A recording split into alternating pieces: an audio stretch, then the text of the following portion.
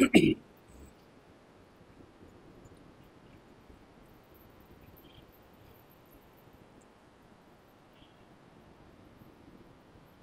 لله رب العالمين والصلاة والسلام على سيد الأنبياء والمرسلين سيدنا ومولانا محمد وعلى آله وأصحابه أجمعين أما بعد أعوذ بالله من الشيطان الرجيم إنما أموالكم وأولادكم فتنة والله عنده أجر عظيم صدق اللہ العظیم۔ معزز و مکرم بزرگ اور دوستو، اللہ رب العزت نے قرآن کریم کی شکل میں اس امت کو جو عظیم رہنما کتاب عطا کی ہے، اس میں قدم قدم پر ہماری رہنمائی کے سامان اور رہنمائی کے لیے اللہ رب العزت کی طرف سے تعلیمات موجود ہیں۔ ہمیں فکر کرنی چاہیے کہ ہم قرآن کریم سے رہنمائی حاصل کریں، قرآن کریم کی تعلیمات کو سیکھیں اور اس کے بتائے ہوئے طور و طریقے اور ہدایات کے مطابق زندگی گزاریں، تاکہ ہماری زندگی ایک بہترین، کامیاب اور کامران زندگی ہو سکے، اور اس زندگی کے بعد پھر ایک ہمیشہ ہمیش کی لامحدود زندگی جس کو آخرت کہا جاتا ہے، اس ہمیشہ ہمیش کی زندگی میں بھی ہمیں ناکامی اور نامرادی کا منہ نہ دیکھنا پڑے۔ اور یہ تبھی ہو سکتا ہے کہ جب ہم اللہ کے بتائے ہوئے اصولوں کے مطابق قرآن کریم کی تعلیمات اور ہدایات کے مطابق زندگی بسر کریں گے۔ قرآن کریم کی جو آیت میں نے تلاوت کی ہے، اس میں اللہ رب العزت نے ارشاد فرمایا کہ تمہارے مال اور تمہاری اولاد تمہارے لیے آزمائش کا ذریعہ ہے۔ اللہ رب العزت مال عطا کرتے ہیں تو اس میں بھی مالی آزمائش آ جاتی ہے۔ اللہ تعالیٰ اولاد عطا کرتے ہیں تو اولاد بھی والدین کے لیے آزمائش کا سبب بن جاتی ہے۔ اس لیے دونوں چیزوں کو بہت زیادہ احتیاط کے ساتھ رکھنا، برتنا اور دھیان رکھنے کی ضرورت ہے کہ کہیں یہ چیزیں ہمارے لیے فتنے کا سبب نہ بن جائیں، آزمائش کا ذریعہ نہ بن جائیں۔ ہم ان چیزوں کو اللہ اور اس کے رسول صلی اللہ علیہ وسلم کے حکموں کے مطابق استعمال کریں، ان کی تعلیم و تربیت کریں، اور مال کے تعلق سے جو جائز طریقے ہیں ان طریقوں سے مال کمایا جائے، اور پھر خرچ کرنے کے جو اصول و ضابطے، چاہے وہ زکوٰۃ کی شکل میں ہو، صدقہ اور خیرات کی شکل میں ہو، اللہ کے راستے میں انفاق فی سبیل اللہ جس کو کہا جاتا ہے، چاہے وہ اس تعلق سے ہو، یہ ساری چیزیں پیش نظر رکھنے کی ضرورت ہے۔ نبی اکرم صلی اللہ علیہ وسلم نے اپنے صحابہ کا اور بھی صحابہ کے واسطے سے پوری امت کا یہی ذہن بنایا جو قرآن کریم نے نبی اکرم صلی اللہ علیہ وسلم پر اس آیت اور اس جیسی بے شمار آیتوں کی ذیل میں اور اس مضمون میں نبی اکرم صلی اللہ علیہ وسلم کو بتایا گیا ہے۔ اس لیے ہمیں ہوشیار رہنے کی ضرورت ہے۔ پچھلے ہفتوں میں اولاد کے تعلق سے، آزمائش کے تعلق سے باتیں عرض کی گئی تھی، لیکن اس سے پہلے قرآن کریم نے اس آیت کریمہ میں مال کا ذکر کیا ہے۔ مال کا ذکر پہلے ہے، اولاد کا ذکر بعد میں۔ انما اموالکم و اولادکم فتنہ، تمہارے مال، تمہارا دھن دولت، کاروبار، یہ تمہارے لیے آزمائش ہے، فتنہ ہے۔ اگر تم اس کو اللہ کے حکموں کے مطابق نہیں کماؤ گے اور پھر کمانے کے بعد جائز طریقوں پر اور ضرورت کی جگہوں پر خرچ نہیں کرو گے تو یہ مال تمہارے لیے پھر ایک فتنہ بن کر رہ جائے گا، آزمائش بن کر رہ جائے گا، اور تمہیں ایسے ایسے کاموں میں الجھا کر رکھ دے گا اور ایسے ایسے کاموں پر تمہیں اکسائے گا کہ جس سے تمہاری دنیا بھی برباد ہوگی اور آخرت بھی تباہ ہوگی۔ اس لیے مال کے تعلق سے ہمیں ہوشیار رہنے کی ضرورت ہے کہ مال جب کمایا جائے تو اس کمانے کے کیا اصول ہوں، اور جب کما لیا جائے جائز طریقے سے تو پھر اس کے خرچ کرنے کے کیا ضابطے ہوں۔ قرآن کریم نے جگہ جگہ اللہ کے راستے میں اللہ کے نام پر خرچ کرنے کے فضائل بیان کیے ہیں، اس لیے تاکہ ہم اپنے مال کو صحیح مصرف میں خرچ کریں۔ مال خرچ کرنے کا تعلق جیسا کہ ابھی عرض کیا گیا زکوٰۃ سے بھی ہے جو مالداروں پر فرض ہے، اور ایسے ہی دیگر صدقات سے بھی ہے، خیرات سے بھی ہے، نفلی انفاق سے بھی ہے۔ ہر موقع پر جس کی جیسی ضرورت ہو، دین کا جیسا تقاضا ہو اور اہل ضرورت کی جیسی ضرورت ہو، اس ضرورت میں اپنے مال کو لگانا یہ ایمان والے کی سعادت کی بات ہے۔ ایمان والے کے لیے اللہ کی طرف سے ایک بہترین توفیق ہے، یہ خیر کی توفیق ہے کہ خیر کے کاموں میں ہمارا مال لگ جائے۔ قرآن کریم نے متقی بندوں کی، ایمان والے بندوں کی جو صفات ذکر کی ہے،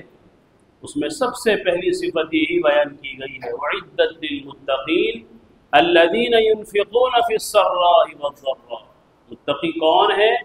کہ جو غمی میں، خوشی میں، خوشحالی میں، تنگی میں اور کھلم کھلا چھپ چھپا کر اللہ کے راستے میں خرچ کرنے والے ہیں، اپنی ضرورتوں کو دبا کر، اپنی ضرورتوں کو پیچھے رکھ کر دین کی ضرورتوں کو مقدم رکھے، دین کے تقاضوں کو مقدم رکھے اور دین پر اللہ کے کاموں میں خرچ کرنے کو ترجیح دے، وہ لوگ حقیقی ایمان والے ہیں اور حقیقت میں وہی لوگ متقی ہیں۔ نبی اکرم صلی اللہ علیہ وسلم نے ایک روایت کے اندر ارشاد فرمایا کہ میں نے جنت کے اوپر 3 سطریں لکھی ہوئی دیکھی، سونے کے پانی سے جنت کے اوپر، جنت کی جو بلڈنگ ہے، جو محل ہے، اس محل پر 3 سطریں لکھی ہوئی دیکھی، 3 لائنیں۔ پہلی لائن میں لکھا تھا لا الہ الا اللہ محمد رسول اللہ، یعنی نبی اکرم صلی اللہ علیہ وسلم کی رسالت اور اللہ کی الوہیت اور معبودیت کا چرچا بہت پہلے سے چلا آ رہا ہے۔ اور دوسری لائن میں لکھا تھا ما قدمنا وجدنا، کہ جو ہم نے آگے بھیجا تھا اللہ کے لیے، آخرت کے لیے، وہ مرنے کے بعد ہم نے جنت کی شکل میں پا لیا۔ اور اس کے آگے یہ بھی لکھا تھا وما اکلنا ربحنا، اور جو ہم نے دنیا میں کھا لیا، پی لیا، اس میں ہم نفع میں رہے، مزے میں رہے۔ اور اسی سطر میں آخر میں یہ بھی لکھا تھا وما خلفنا خسرنا، اور ہم جو دنیا میں چھوڑ آئے اس میں ہم گھاٹے میں رہے، نقصان میں رہے، کہ اپنی محنت سے کمایا ہوا، جمع کیا ہوا، خون پسینے سے اکٹھا کیا ہوا مال ہم دوسروں کے حوالے کرائے، اپنے لیے اس کو آخرت کا ذخیرہ نہیں بنایا، صدقہ جاریہ اس کو نہیں بنایا۔ اسی وجہ سے نبی اکرم صلی اللہ علیہ وسلم نے ارشاد فرمایا کہ انسان کا مال تو وہی ہے جو اس نے کھا لیا، پہن لیا یا اپنے ہاتھ سے صدقہ کر دیا، باقی جو مال پیچھے چھوڑا ہے اس کا اپنا مال نہیں، وہ تو دوسروں کے لیے جمع کر کے گیا، دوسروں کے لیے محنت اور مشقت اٹھا کر گیا ہے۔ ہم یہ سمجھتے ہیں کہ جو ہم اپنے وارثوں کے لیے مال چھوڑ کر جا رہے ہیں تو یہ بھی گویا ان کی خیر خواہی ہے، بھلائی ہے، کہ تاکہ اپنے وارثین اور اپنی آل و اولاد مفلس نہ ہو، تنگ دست نہ ہو، ان کے پاس پیسے کا، روپیے کا، دھن دولت کا اچھا خاصا ذخیرہ موجود ہو۔ یہ بھی گویا اولاد کی اور وارثوں کی، اپنے متعلقین کی خیر خواہی کی بات ہے۔ لیکن اس سے زیادہ اہمیت اس بات کو ہے کہ پہلے آپ اپنی اولاد کو، اپنے وارثوں کو، اپنے متعلقین کو ایسا دیندار بنائیں کہ آپ کے چلے جانے کے بعد وہ اس مال کو جائز کاموں میں خرچ کریں، تاکہ وہ آپ کے طرف سے ملنے والی اس وراثت کو، اس ترکے کو، آپ کی طرف سے ملنے والے اس مال کو اللہ کے کاموں میں، دین کے کاموں میں، دین کے تقاضوں میں، جائز کاموں میں خرچ کریں، یہ سب سے پہلے ضروری ہے۔ ورنہ یہ تو خیر خواہی نہیں، بدخواہی ہے۔ آپ نے اپنے وارثوں کا، اپنے اولاد کا بھلا نہیں بلکہ برا کیا، کہ آپ نے ان کو بڑا مالدار تو چھوڑ کر آئے، اپنے پیچھے بڑی وراثت چھوڑی، بڑی دولت، بڑی ملکیت، مالیت چھوڑی، جس کی وجہ سے وارث پورے مالدار ہو گئے، اچھے خاصے خوشحال ہو گئے، لیکن آپ نے ان کو دیندار نہیں بنایا، آپ نے ان کو آخرت کی فکر رکھنے والا، اللہ سے ڈرنے والا، قرآن و سنت پر چلنے والا اگر نہیں بنایا تو وہ یہ وہی مال جو آپ نے بڑی محنت سے، بڑی دوڑ دھوپ سے، بڑی کوششوں سے جمع کیا تھا، وہ پھر اس کو فضول خرچیوں میں اور طرح طرح کے ناجائز کاموں میں خرچ کر کے اس کو برباد کر دیں گے۔